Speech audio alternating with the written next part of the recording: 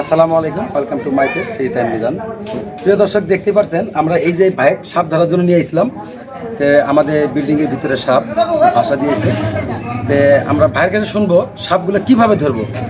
আর যে যেখান থেকে দেখছেন ভিডিওটি শেয়ার করবেন। আর আপনারা আপনাদের বাড়ির আশেপাশে সবসময় পরিষ্কার রাখবেন, যেন কোনো জঙ্গলে কোনো আবর্জনায় না থাকে। আবর্জনা থাকলে বা জঙ্গল থাকলে কোনো ময়লা থাকলে এর মধ্যে সাপের বাসা হবে। তো ভাই, আপনি এই সাপগুলো কিভাবে ধরেন? আমি তো মেডিসিন দিয়ে ধরি ভাই, মাটি চেক দিয়ে ধরি। আচ্ছা, মাটি চেক দিয়ে। আচ্ছা, এখানে কয়টা সাপ আছে? দেখো না, কেন আছে মনে হলো 27 থেকে 28টা সাপ বাচ্চা। 27 থেকে 28টা আছে বাচ্চা। আর বড় সাপটা কই আছে? বড় সাপটা আছে বিল্ডিং এর নিচে। বিল্ডিং এর নিচে। এটা ঢুকছে কতদিন আগে? ঢুকছে এটা তো এটা আল্লাহর দ্বারা হয়ে গেল না, ও তাকে ঢুকছে এটা কই তারতাম না ভাই। মানে এখানে কি বড় সাপ দুটো আছে না একটা? একটা আছে, একটা আছে না? তাহলে এগুলো কি বের হওয়ার কোনো আর ক্যাপাসিটি নাই? ক্যাপাসিটি নাই, বিল্ডিং ভাঙন লাগবে। আচ্ছা, বিল্ডিং কিভাবে ভাঙতে হবে, কিভাবে বের করতে হবে? উল্টাইতে হইব। মানে এটা কি পুরো বিল্ডিং ভাঙতে হবে না ফ্লোর ভাঙতে হবে? প্লট ওই প্লট ভাঙতে হইব। মানে ফ্লোর ভেঙে এই সাপগুলো বের করবেন। আচ্ছা, এক দিক দিয়ে ভাঙলেন, আবার আরেক দিক দিয়ে কত তাহলে ওই যাইব তো ভাই, আপ ধরতে গেলে এইরকম করুন না। এইভাবে তো সম্পূর্ণ বিল্ডিং ভাঙতে হবে, ভাঙন লাগবে। তাহলে আপনার করণীয় কি? আমার তো কিছু হরে না, মালিক সাহেবের না, মালিক সাহেব এর বিকল্প মানে ব্যবস্থা কি? আপনি যেহেতু আপনি সাপ ধরেন, আপনি কতদিন সাপ ধরেন?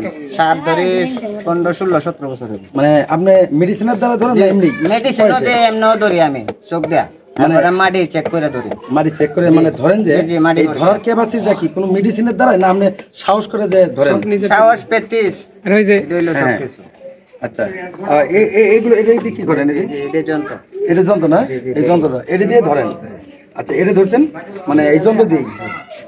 আচ্ছা, তাহলে এখন আর এই বিল্ডিং ভাঙা ছাড়া কোনো ব্যবস্থা নাই? না, ব্যবস্থা নাই, কোনো ব্যবস্থা নাই। যদি এই ধরেন আরো মনে করেন বহুত লোক আছে আপনার মতন, মাটি হইলে ধরে নিলাম না ভাই। আমার কথা শুনেন, আপনার মতো আর বহুত আছে বাংলাদেশে, আছে না? তারা যদি বলে যে আমি বিল্ডিং ভাঙা ছাড়া ধরে দিব, তখন আপনার কি হবে? আমার কি হইব? বিল্ডিং ছাড়া ধরতে পারলে আমার আমি নিজে স্বয়ং আমি আসবো, আমি দেখতেই বই এটা চা কেমনে ধরে না বুঝলি। আমরা যেহেতু বিল্ডিং ভাঙা, যেহেতু আমরা বিল্ডিং ভাঙলে মনে করেন 50 লক্ষ টাকা লস। তাহলে আমরা বিল্ডিং ভাঙবেন 50 লক্ষ টাকা লস করলেন। যদি আরেকজন যদি বিল্ডিং ভাঙা ছাড়া ধরতে পারে, তখন এটা অনেক ব্যাপার সেবার না? তো এটা কইতেছে না, নিজে স্বয়ং আরো নিজের স্বয়ং থেকে ধরবেন। প্রিয় দর্শক, দেখতে পাচ্ছেন এখন আমাদের এই বিল্ডিং থেকে সাপ ধরতে হলে বিল্ডিং ভাঙতে হবে, কি ঠিক আছে তো? আর মানে আর কেউ মানে বিল্ডিং ভাঙা ছাড়া সাপ ধরতে পারবে না। তবে আপনারা বেশি বেশি শেয়ার করবেন ভিডিওটি। আর ভাইয়ের কথা, আর আমরা যে আরো যে দর্শক আছে বাংলাদেশে সাপ ধরার লোক আছে, আমরা তাদের কাছে শুনবো যে এই বিল্ডিং ভাঙতে হবে কি এমনি সাপ ধরা যাবে। আমরা যাচাই বাছাই করে আমরা পরবর্তীতে আরেকটা ভিডিও দেবো।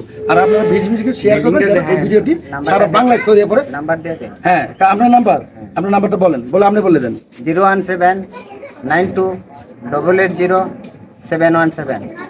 আর আপনারা যদি সাপ ধরার জন্য যোগাযোগ করবেন, অবশ্যই এই নাম্বারে যোগাযোগ করবেন। নাম্বারটা তারপর আমি লিখে দেবো, যেহেতু আপনি আবার 01792880717। সবাই ভালো থাকবেন, সুস্থ থাকবেন। আজকের মতো বিদায় নিচ্ছি মাধবপুর বলধ থেকে। জানিয়ে আল্লাহ হাফেজ।